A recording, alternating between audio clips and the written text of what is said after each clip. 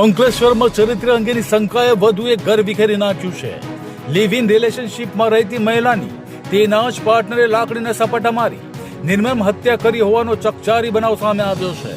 અંકલેશ્વરના જૂના બોરપાટા વિસ્તારમાં રહેતી 3 સંતાનોની વિધવા માતા જયાબેન રાઠોડ છેલ્લા 6 મહિનાથી રાયસિંગ વસાવા સાથે લિવ ઇન રિલેશનશીપમાં રહેતી હતી.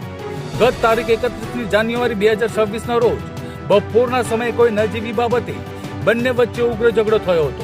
ઝઘડો એટલો વધી ગયો કે રાયસિંગ વસાવાએ ગુસ્સામાં આવી જયાબેન પર લાકડી વડે અંધાધૂંધ સપાટા માર્યા હતા.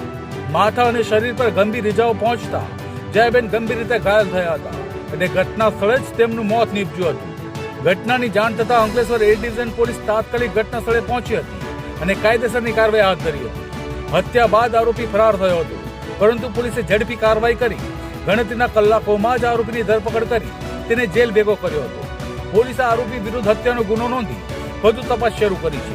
ગતરોજ તારીખ 31/1/2026ના રોજ અંકલેશ્વર એ ડિવિઝન પોલીસ સ્ટેશન વિસ્તારમાં એક મર્ડરની ઘટના ધ્યાને આવી હતી. તેના અનુસંધાને પોલીસે તાત્કાલિક સ્થળ પર પહોંચી અને ગુનો દાખલ કરેલ છે, જેમાં કલમ 103(1), 117(2) તથા જીપી એક્ટ કલમ 135 અન્વયેનો ગુનો દાખલ છે. જેમાં હકીકત એવી છે કે મરણ જનાર બેન જયાબેન વિડો ઓફ વિનોદભાઈ અંબુભાઈ રાઠોડ, ઉંમર લગભગ 40 વર્ષ હતી. તેઓ રામસિંહભાઈ ઉર્ફે રાયસિંગભાઈ વસાવા કે જે રહે ખડી ફળિયું જૂના બોરબાઠા ગામમાં સાથે રહેતા હતા. બંને વ્યક્તિ જે છે તે તેમના જે સ્પાઉસ છે તે ગુમાવી ચૂક્યા હતા અને બંને જણા લિવ ઇનની રીતે સાથે રહેતા હતા. બંને જણા લગભગ 6 મહિનાથી સાથે રહેતા હતા, પણ નાના નાના બાબતે એમને વચ્ચે ઝઘડો થતો હતો.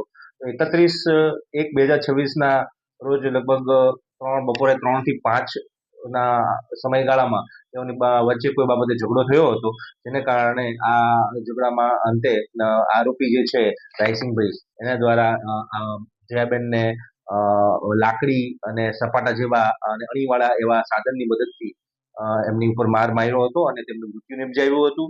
એ ઘણા લાંબા સમય સુધી ત્યાં પડી રહ્યા હતા, પણ તેમને દવાખાને લઈ જઈને પણ તેમણે એમની ઉપર ધ્યાન આપ્યું હતું અને એ દરમિયાન બેનનું મૃત્યુ થવા પામ્યું હતું. જે અનુસંધાને પોલીસે તાત્કાલિક ગુનો દાખલ કરી સ્થળ ઉપર વિઝિટ કરી જરૂરી તમામ પુરાવાઓ જેમ કે FSLની મદદથી, ડિસ્કવરી પંચનામાની મદદથી હથિયાર રિકવર કરી વગેરે જરૂરી તમામ તપાસ હાથ ધરી હતી. આરોપીને તાત્કાલિક અટક કરી લેવામાં આવેલ છે અને હાલમાં એને જ્યુડિશિયલ કસ્ટડીમાં મોકલી દેવામાં આવેલ છે.